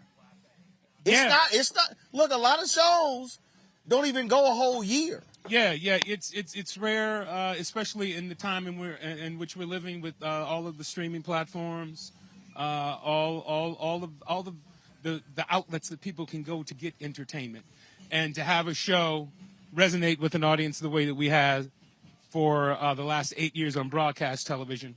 Yeah, it's a big feather in our cap to do so. Absolutely. 8 years, 8 seasons, 24 episodes a season. And y'all had about 18 spinoff shows. You were on Law and Order, so that you say, well, look, he's still doing shows. So because y'all had grownish, mixedish, whitish, blackish, soulfulish. So, I mean, there's been a lot of issues. Maybe Spanish, maybe Jewish. Hey, there's a few out there that we haven't tapped into yet. Right, and you don't mind extra checks. Not at all. Yeah, not at all. But. So we'll see what happens. We'll see what the future holds. I think my panelists have questions for you. Julian Malvo, you have a question for Anthony Anderson? I'm going to give him this. Absolutely. I'm going to give him this. Well, you can just hear your love question. Hold Yeah, just watching them damn fungus feet. Them fungus feet. I can hear you now. What's the question? The question is... Hello? Hi. The question is, in the charities... Hi, I can hear you. Yes. In the charities that you're giving money to, which of them focus on education? And as I was saying, if you didn't hear, I love those turquoise shorts. Thank you very much. Which of these charities? The question was which of these charities that I give to focuses on education. The ones that I mentioned, they don't. Other than the education of self and the education of what you can do in their community, but there are other organizations that my foundation writes checks to that do focus on education. What those are, I can't tell you right now, but that's what we do because education is key, and that's what we do. I still do a lot of work in the schools that I grew up going to in Compton, Roosevelt Elementary, Whaley Junior High School, and so on and so forth. And I go across the country speaking to children, speaking at schools, and making donations to these various schools and programs. So if they're not a part of the organizations that my foundation is donating to, that we raise money for today, I personally invest in the community and in the education of young black and brown minds. Anthony, I am Congo. Studies at Cal State, LA. Oh, Julian, you get one question, Julian. You're being greedy. Julian, you're being greedy. Okay. Julia, I ain't got two earpieces. You're being greedy. On Congo, it's one question each. On Congo, go. Thank you very much. I didn't know the people were on the screen. I would have looked at the screen. Okay. No. You look okay, I'm a Congo. No, that's the playback. Look at the camera. Yes, sir. Well, first of all, thank you for everything that you've done in terms of the great role model that you've been for myself, my family. We enjoy everything that you all have produced with Blackish and all of the spinoffs. One of the questions that I would have is, you all seem that you are just in this other world, just of brotherhood and sisterhood when you're at these golf tournaments. What do you think it'll take to get more young kids from our communities interested in golf at earlier ages? You know, so many are caught up in, football, basketball, baseball, and so forth. But it seems like there's something that can be there for young folks if we could just turn them on to it. Well, first off, young black and brown kids aren't afforded the opportunity to play this sport because we don't have golf courses in the neighborhoods in which we come from. We don't have the exposure to that. Once we are exposed to that, or it can provide that the opportunity to these children, then I think things will change. But, I don't know where you're from, but where I'm from in Compton, there wasn't a golf course that I could go to. There wasn't a golf course that me and my friends could go to. As a matter of fact, if we saw somebody walking down the street with a golf club in our hood, we went the other way. So I don't know what it is that we can do other than have opportunities like I'm having here right now with my foundation and my golf tournament. The same thing that George Lopez and Cedric the Entertainer are doing with their golf tournaments. The same thing with OTGC, my golf club in New York, Original T Golf Club, where we invite young black and brown children out to our golf tournaments to play and become a part of it and mentor them.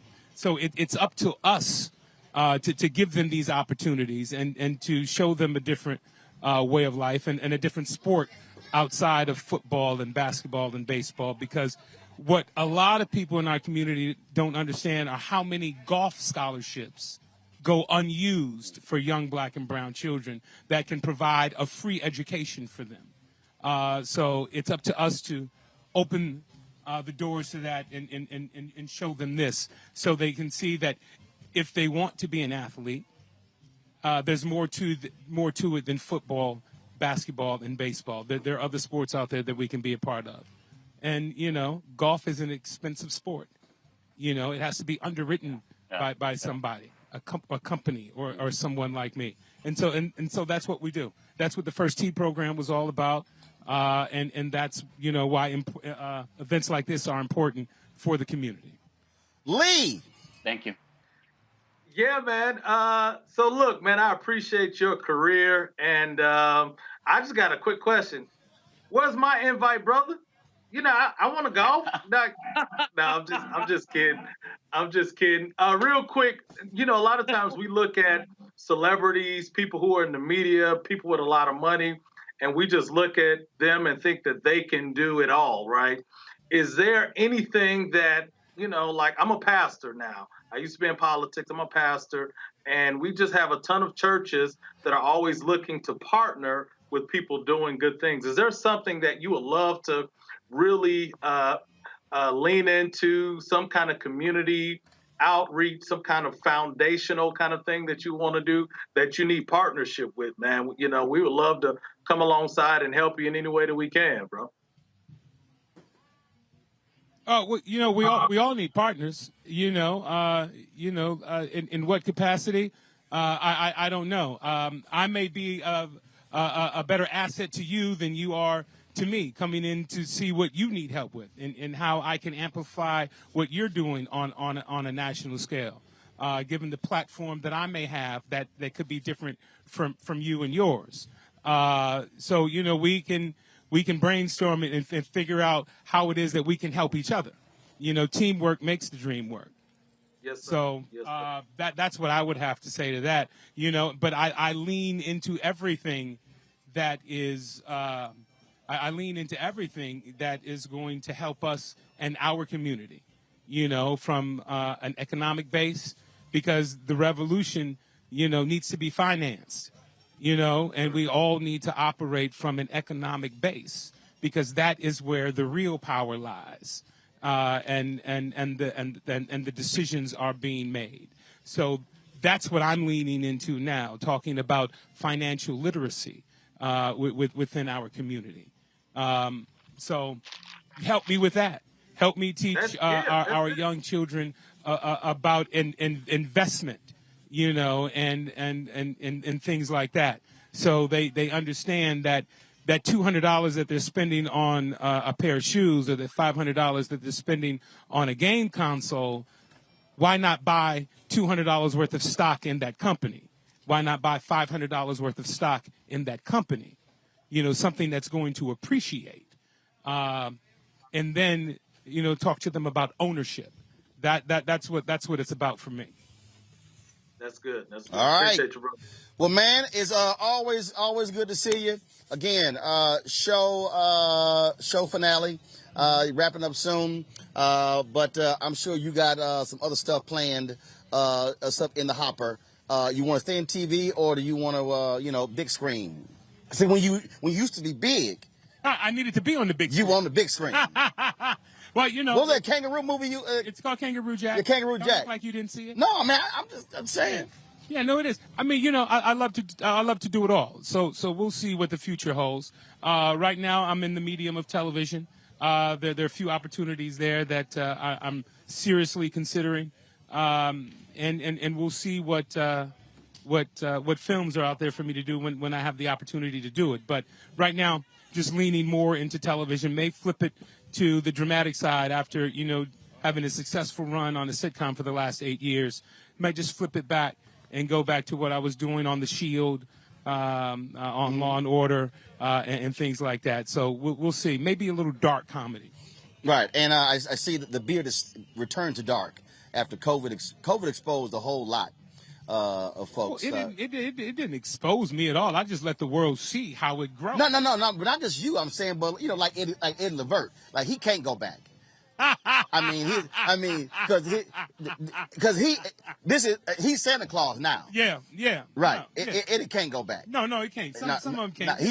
He truly the silver fox now. Yeah, he's the silver fox. You know, I just got to touch. I got touch-ups around the corners here. Around the corners. That's all it is. Right. That's all it is. Because you know the whole Zaddy thing is now in since you know Ron Isley and the Versus. Yeah. You know. Yeah. Because even Chris Spencer trying to actually, I don't know why. You too.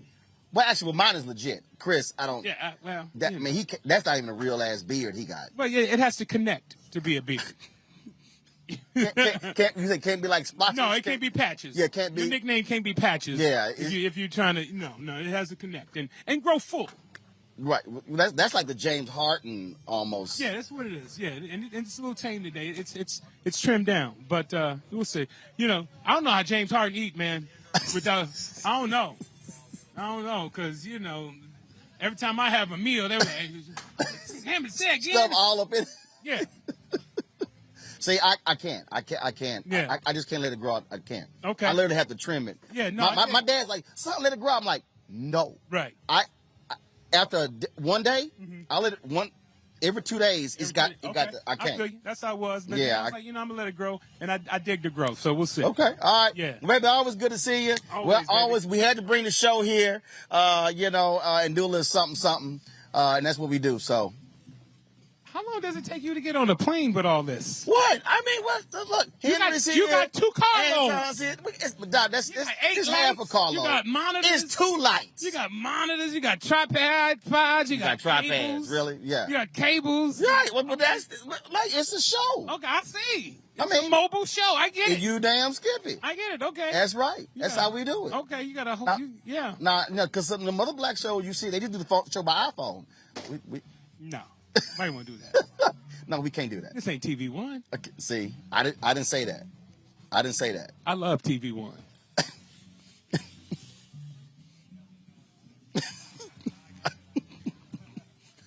I ain't say that. Somebody yell cut. Oh, I thought you were continuing. I'm done. I said I love TV One. Okay. But you really love Roland Martin Unfiltered on the Black Star Network. That's where we are? Black Star Network? Yeah, I launched that September 4th. Okay. Yeah. I do really love Roland Martin Unfiltered on Black Star Network. This your own network? Yes. All right. That's Chubby Bob Johnson.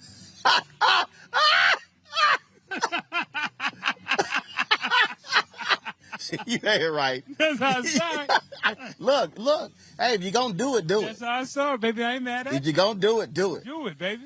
Ain't nothing to it but to do it. That's it. All right, y'all. We going to a break. We come back. More from the Anthony Anderson Celebrity Golf Classic 4th Annual. We got some other video. Wait till we show y'all the video of Dr. J. We come back. We'll talk to Rob Patillo as well. We'll talk about the Ahmaud Arbery case. All of that next. Roland Martin Unfiltered on Black Star Network. Back in a moment.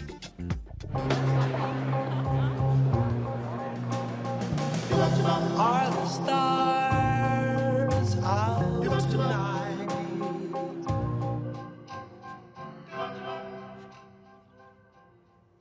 Alexa, play our favorite song again. Okay. I only have eyes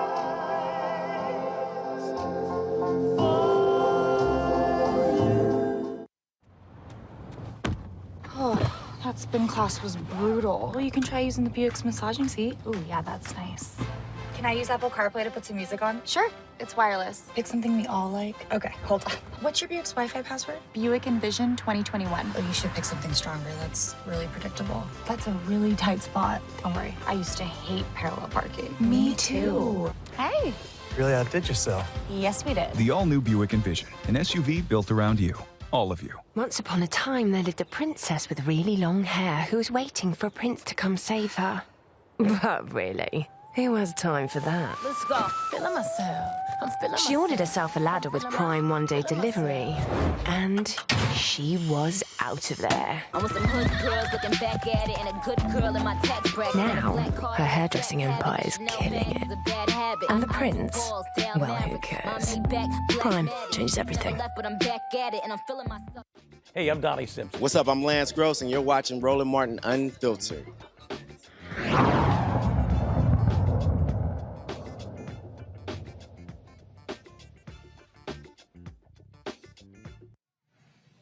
Hey, folks, Roland Martin here. Welcome back. Roland Martin Unfiltered, Black Star Network. We're here near San Diego for the 4th Annual Anthony Anderson Celebrity Golf Classic. This is the, man, we've spent a lot of time out in Southern California. I told you I was like a tour. We had a Cynthia Entertainer was first. George Lopez was second. Eric Dickerson was last week. Anthony Anderson is this week. This is actually don't keep this shot, y'all. This is the drone shot going down the 18th hole. Again, this is a fabulous course. We had a great time playing this course. I have no idea what our team shot. But we don't really care about those scores. An absolutely gorgeous also clubhouse here. And so they were phenomenal hosts. The brother, first of all, let me thank, here, what was that brother's name? Was it Daryl? Let me thank Daryl.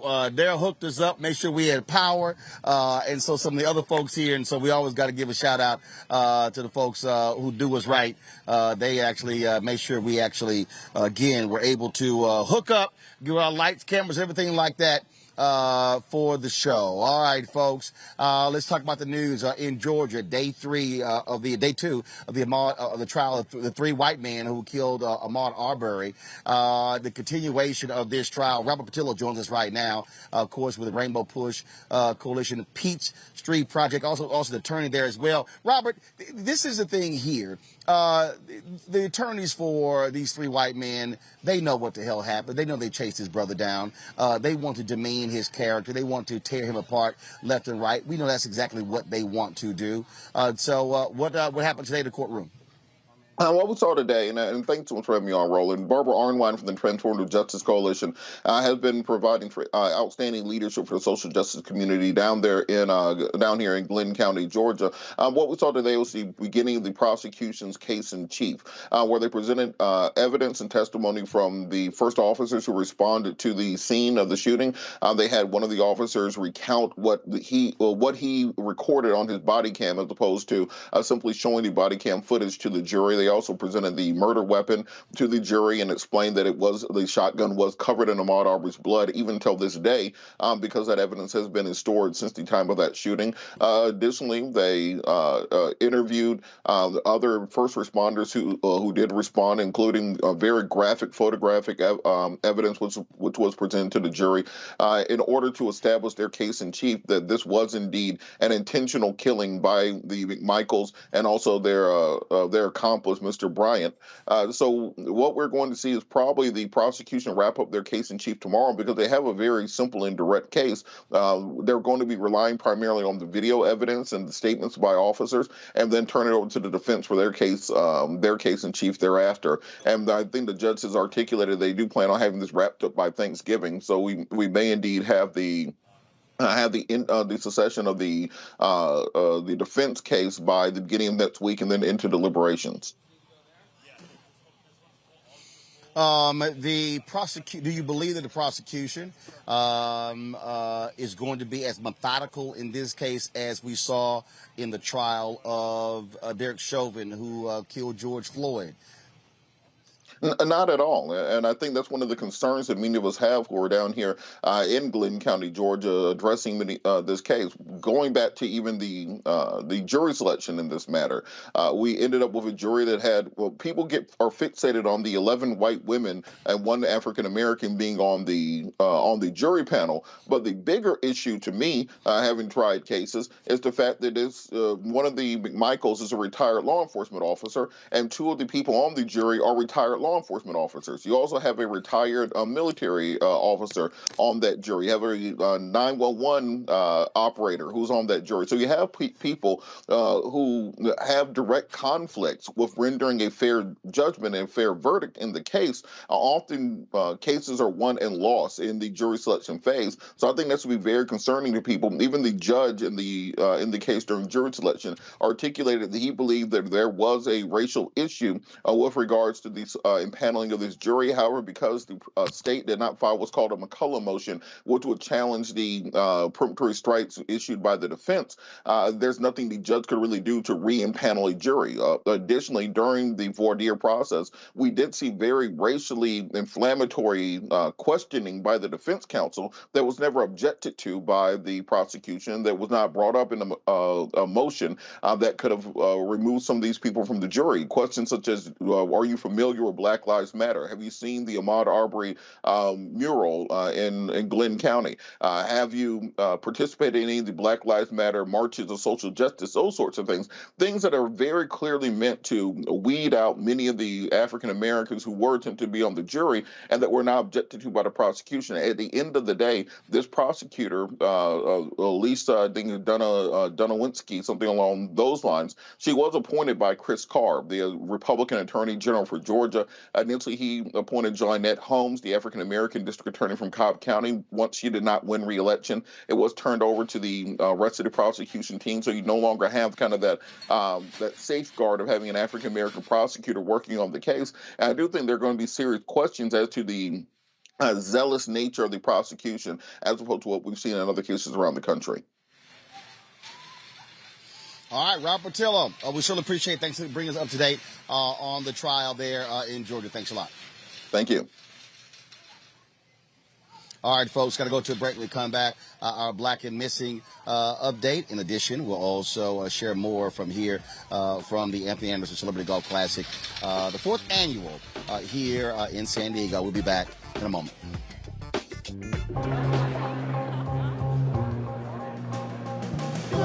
Are the stars out tonight?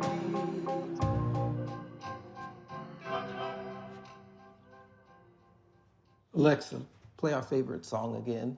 Okay. I only have eyes for you.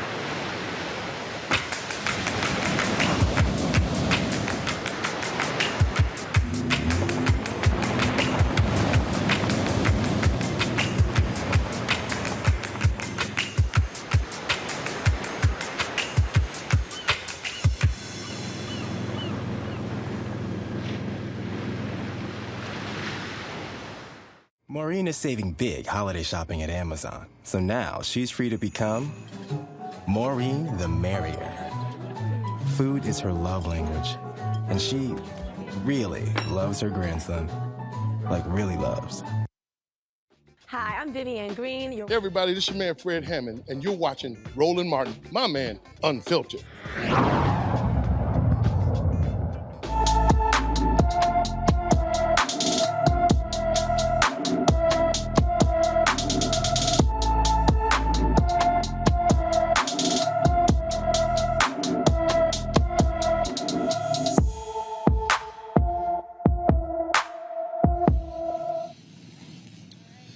Since July 5th, 2021, 32-year-old Lopez Richardson has been missing from Rosenberg, Texas. Lopez is 6'2" tall, 210 pounds, with black hair and brown eyes. He was last seen wearing a solid black T-shirt and brown cargo-type camouflage pants. Lopez has medium-length dreadlocks, a mustache, and a full beard.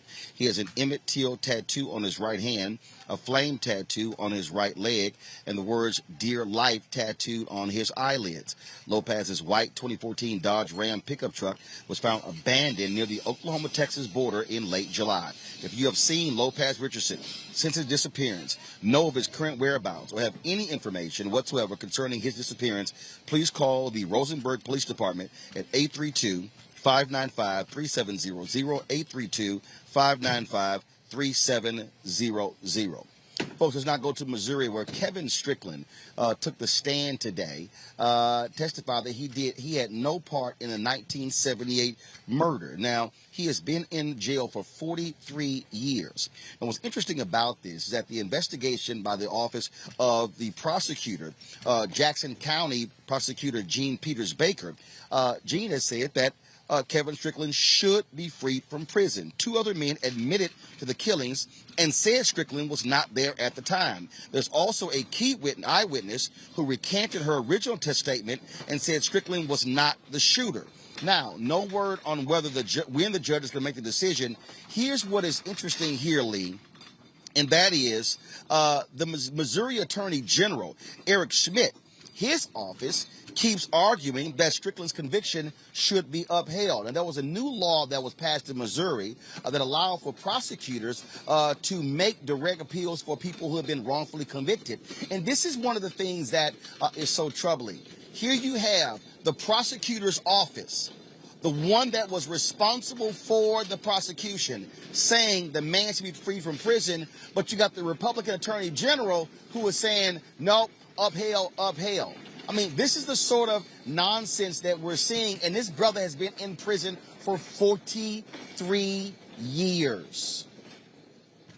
Man, you know, this is a situation, as it seems like it just happens so too frequently, where, man, just err on the side of, caution, man. Just, if you have all of these things that are stacked up that it appears to be that this gentleman is innocent, let the man go. I mean, just it's time. Let him live out the remainder of his life. When you have including the last witness who was alive, let the man go. And again, I hate to make this a racial thing, but come on, man.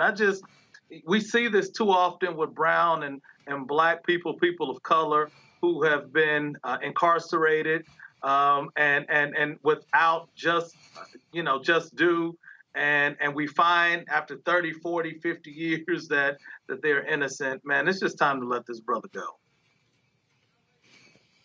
This is what's so crazy here on Congo. You have these Republicans who talk about being pro-life, and all they care about are keeping people locked up, and it's shameful. Here you have the prosecutor, where they've gone through a full investigation saying, free this man, yet the state attorney general is fighting it, saying, no, keep him in prison, keep him in prison. Even with all of these recanting and all the testimony, they still say no, keep him locked up. 43 years. This is just, it's inhumane, man. I want to say it was ridiculous, but it's inhumane. I'm thinking about, before Trump became president, I started to actually see some Republicans who are actually starting to change their stance as it relates to prison reform. They were reading books like The New Jim Crow, Michelle Alexander, and they were kind of focusing on the economic side of things in terms of why we needed it. But there were some changes that started to come. Under Trumpism now, it's back to where we were during the crack epidemic, man. Lock them up, throw away the key, doesn't really matter. I'm thinking of all the things that I accomplished in the 43 years of my life that this man did not have an opportunity to do. And we need to have people call for compassion. We talked about this with Julius Jones as well, man. And so really at the end of the day, the prosecutor's there as well. We need to put this pressure on, man, because they are going to keep doing that. They're going to keep locking us up, and for crimes that we did commit, for crimes that we didn't commit, for crimes that we may have committed, they are going to do anything to keep a black face as the face of incarceration. And it really has to stop. And it's only going to stop with continued pressure from us. And so I'm really glad that you're bringing up this story, because you're not going to hear this anywhere else but Roland Martin Unfiltered. Julian. My heart breaks when I see the brother in a wheelchair. He's in a wheelchair. He's incapable of doing anything. He's been incarcerated for 43 years for something he did not do. But this is the pattern of what has happened to Black people in this country, is that witnesses are coerced, the prosecutors are desperate for a conviction, they will lock anybody up for as long as they can, and the basic, I don't even want to deal with the issue of compassion. It's really an issue of justice.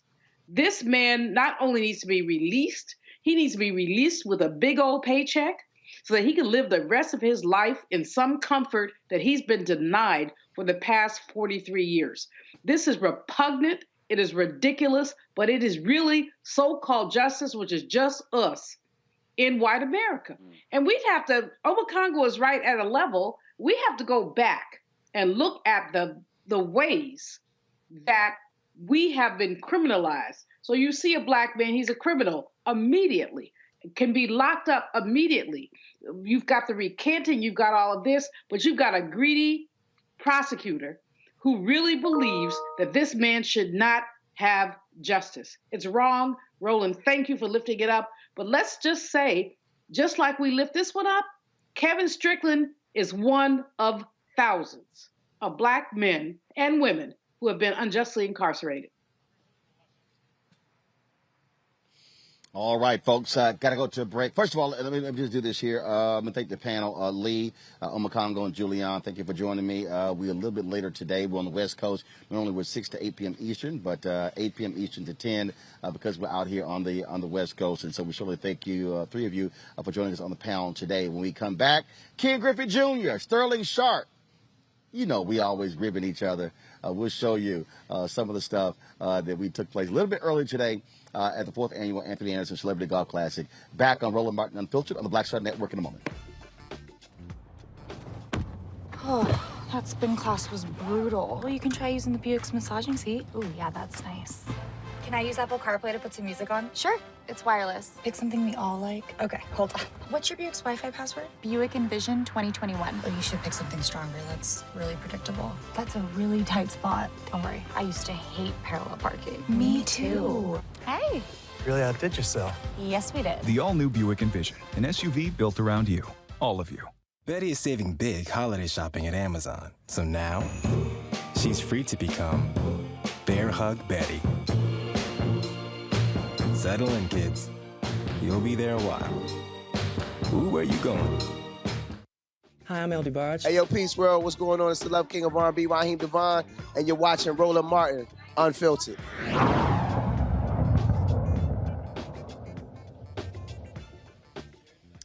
All right, folks, welcome back to Roland Martin Unfiltered. There's always a lot of trash talk when we're at these golf tournaments, and two of the biggest trash talkers, other than me, Ken Griffey Jr., Hall of Famer, as well as Green Bay Packers Hall of Famer, University of South Carolina Hall of Famer, Sterling Sharp. Here's us having a little fun before we teed off today at the tournament. Understand? Hold on, let me see that. Hold on, that don't mean nothing. Hold on, everybody know I'm the coolest damn tech geek you ever seen. Multiple drones, I can do it all. Right. That little cute camera you taking photos with your son, that ain't nothing. What cute? Hey, what's... I remember when you were on ESPN, your son was playing football, they had you in the end zone taking photos. See, I remember everything. That was cute. No, that wasn't.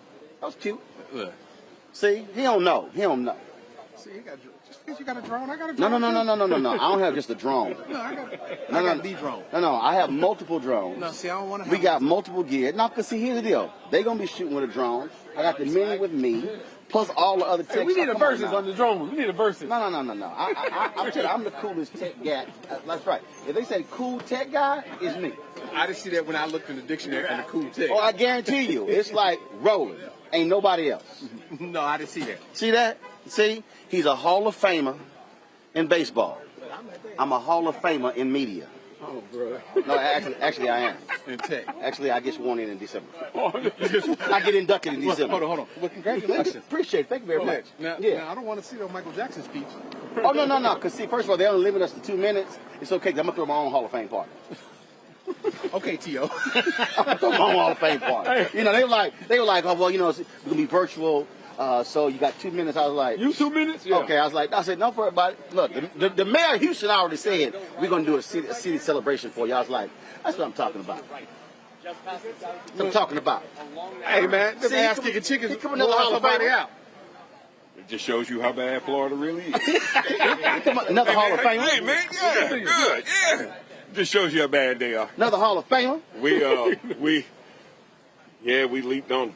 Yeah. I was like, I ain't see that coming. I did. Yeah, I ain't see that coming. Yeah. Well, I didn't see Florida being that bad. Because all I know is they ain't beat Texas A&M since we got to the SEC. Oh, my bad. I'm sorry. See, all right. So you about to rub a friendship wrong. No, I was like, you know, people like Joe Tacon, Bakari, he might have Anton. a flashback. Yeah, you no, I'm just saying. Yeah. No, I mean, like, I know some people in South Carolina. Hey, yeah, so you about to rub a friendship. What? No, I'm just saying. Since we've been there, y'all ain't never beat us. I'm just, you know. I'm just saying. But it's all love. He get all silent. I'm gonna take over next year. Oh, you gonna take over next year? Win one game. You gonna take over the play call? One game. I'm just saying, it's been about 6, 7 straight, I think. Or 8. It might be 8. Yeah, it might be 8. You like rub it in, huh? Yeah. Or 8. If they spanked our ass 8 straight years, Shirley be like, y'all ain't won shit. He'd be on my ass. I would. You're right. I would. Hold on. Wait a minute. He told me last night what you said to him when he said his daddy couldn't stand you. He was a big-time Cowboy fan. Mm-hmm. And you like, yeah, because you know we put it on y'all. Yeah, I go into Look, Dallas. I missed the show this morning. I go into Dallas. I be like, probably get 4 today. Score 4 times. Not 4 receptions. When it on Thanksgiving, man, I scored 28. They beat it 31-28. Like, man, I should have played defense. D'd up on Michael Irvin. D'd up Michael Irvin. That's funny. What you got in there? Oh, hands. Mizuno irons. Mizuno irons. Cleveland wedges. Oh, okay. You know. Whatever works. Whatever works. We try. We try. You looking for my bag? Yeah. Put that in the car. Bag is over there. I'll tell you. Oh, we always have a crazy good time talking a little trash. It's always a pleasure. I got one more to show y'all. Let's pay us a few more bills. We come back, I'll show you one more video from the 4th annual Anthony Anderson Celebrity Golf Classic here at the Bridges near San Diego, California. Back in a moment.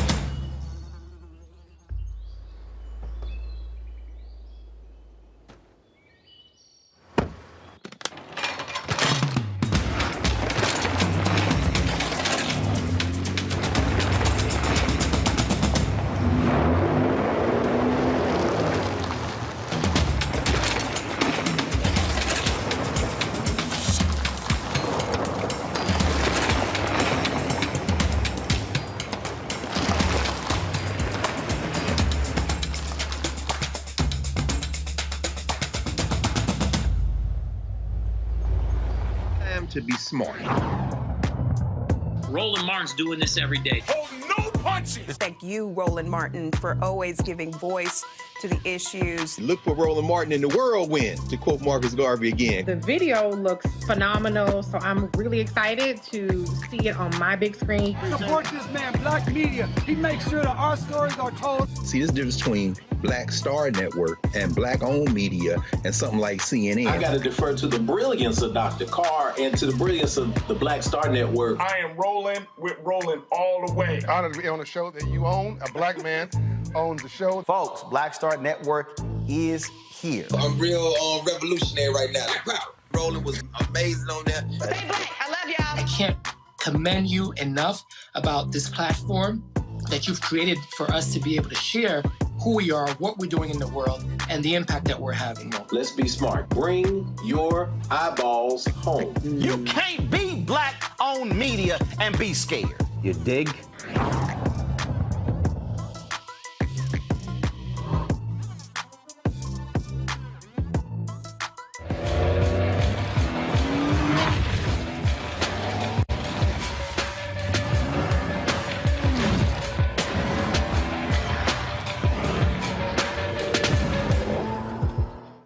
I'm Bishop TDJ. How y'all doing? It's your favorite funny girl, Amanda Seals. Hi, I'm Anthony Brown from Anthony Brown and Group Therapy. What up, Lana Well, and you are watching Roland Martin Unfiltered.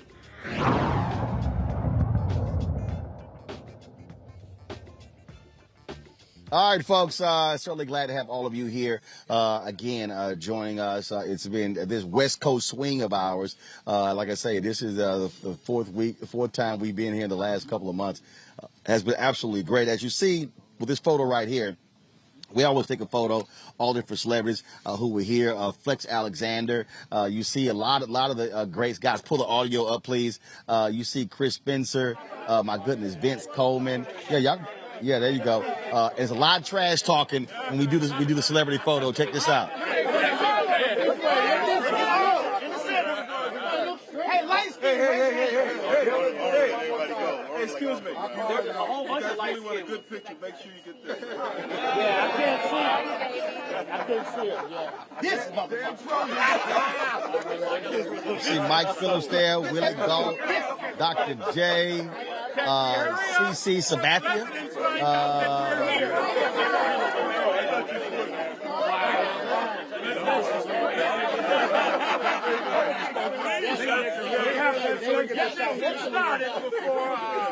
Yeah, just in case y'all see, so Henry zoomed in, you see Sid Entertainer, he had about 5 different colors of lavender on. So he was really, I bet Sid took all the lavender candles that they had on the golf course. They were all out. So it's always cool to see all the peeps. And so we're certainly glad to be here, folks. That is it. We want to thank all of you for watching. This is why we do what we do. First of all, not only, of course, to be on the scene. You know, we had a great time playing golf, but bringing you these stories, bringing you these great faces. That's why we do what we do. Being black-owned, other folks. Look, we're the only black-owned media outlet here, and so Henry's out there shooting. Anton was out there shooting. We're bringing you this sort of stuff. And again, it's always a matter of having a great time here and being able to just give you a slice of what happens with many of these tournaments that you don't necessarily see other places as well. And so we certainly appreciate it. Thank you for the staff back in the office for working late as well. Tomorrow, we'll be broadcasting from Los Angeles. Y'all can go to the drone shot there. We're going to close out with this way.